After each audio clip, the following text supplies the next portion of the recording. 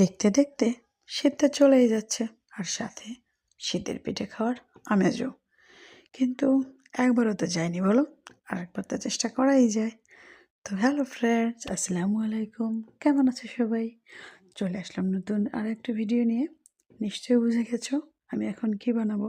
আমি এখন বানাবো ভাপা পিঠা। তো তার জন্য প্রথমে আমি দুধের সাথে লবণ এবং চিনি মিশিয়ে নিচ্ছি। যেহেতু এটা আমি দুধ দিয়ে বানাবো, এর সাথে পানি অ্যাড করব না। আর দুধ দিয়ে বানালে কিন্তু পিঠাটা খেতে বেশ ভালোই লাগে।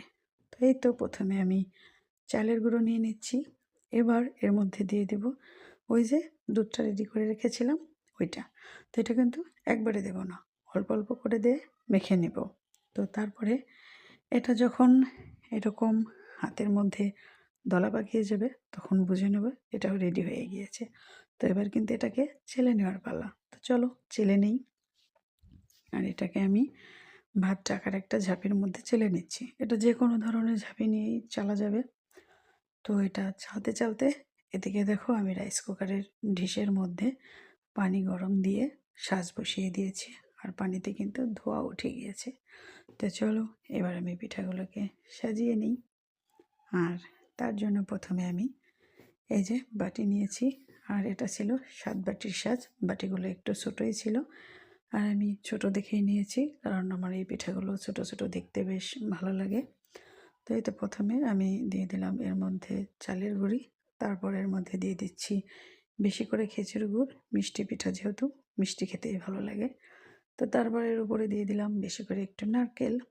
তো নারকেল দেওয়া হয়ে গেলে এর আমি উপর থেকে চালের গুঁড়ো ছিটিয়ে দেব, এবং গুঁড়িটা ছিটিয়ে দিয়ে দেওয়া হয়ে গেলে এটাকে আমি হাত দিয়ে চেপে চেপে বাটি শেপ করে নেব।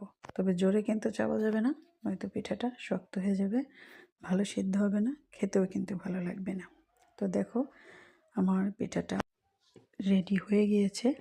আর এবার এটাকে আমি সাজের মধ্যে দিয়ে দেব।